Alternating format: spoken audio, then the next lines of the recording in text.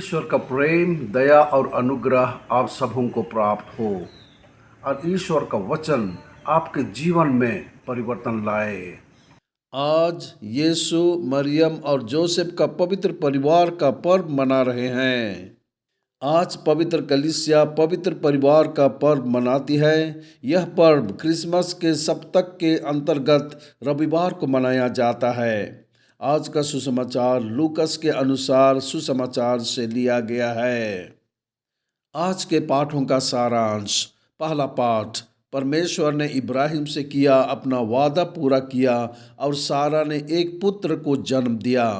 दूसरा पाठ, पौल इब्राहिम के विश्वास के उदाहरण की जांच करता है। सुसमाचार पाठ, मरियम और जोसेफ ने मूसा के कानून के अनुसार यीशु को मंदिर में चढ़ाया। उत्पत्ति ग्रंथ से लिया गया आज का पहला पाठ हमें यह बताता है कि ईश्वर ने इब्राहिम से वादा किया था कि वह उसे राष्ट्रों का पिता बनाएगा, लेकिन उसका कोई बेटा नहीं था। इब्राहिम ने विश्वास के विरुद्ध विश्वास किया, आशा के विरुद्ध आशा की और अंततः ईश्वर ने उसे इसहाक को दिया। इस प्रकार परमेश्वर का वादा पूरा हुआ। परमेश्वर हमेशा अपना वादा पूरा करते हैं। दूसरे पाठ में हम जानते हैं कि यद्यपि इब्राहिम के लिए ईश्वर में विश्वास करने का कोई मानवीय आधार नहीं था, फिर भी वह ईश्वर पर विश्वास करता था। इसहाक के जन्म के बाद भी ईश्वर ने उससे कहा कि उसको बलिदान चढ़ाओ। इब्राहिम ईश्वर में अपनी आस्था के कारण अपने इकलौते बेटे को बलि चढ़ाने के लिए तैयार था।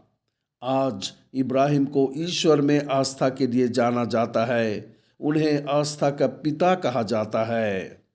आज का सुसमाचार मंदिर में बालक यीशु की प्रस्तुति का वर्णन करता है और जोसेफ और मेरी को मूसा के कानून के निर्देश का पालन करते हुए धर्मनिष्ठ यहूदियों के रूप में दिखाया जाता है।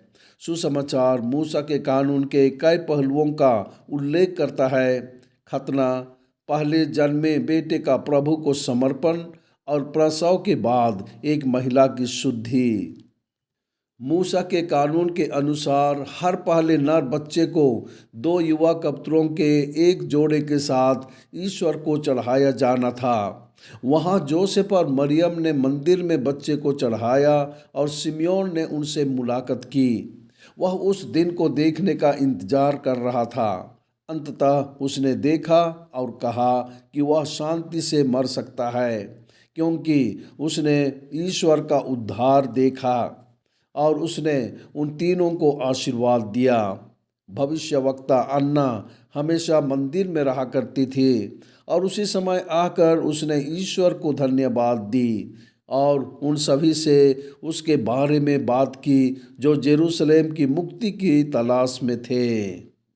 पवित्र परिवार हमें सर्वोच्च उदाहरण देता है कि मनुष्यों को एक परिवार में कैसे रहना चाहिए, एक दूसरे को कैसे समझना चाहिए, एक दूसरे के लिए जीवन का बलिदान कैसे देना चाहिए, कठिनाइयों और कष्टों में एक दूसरे के साथ कैसे खड़े रहना चाहिए, ईश्वर की इच्छा कैसे पूरी करनी चाहिए और उसकी योजना के लिए कैसे हाँ कहना चाहिए।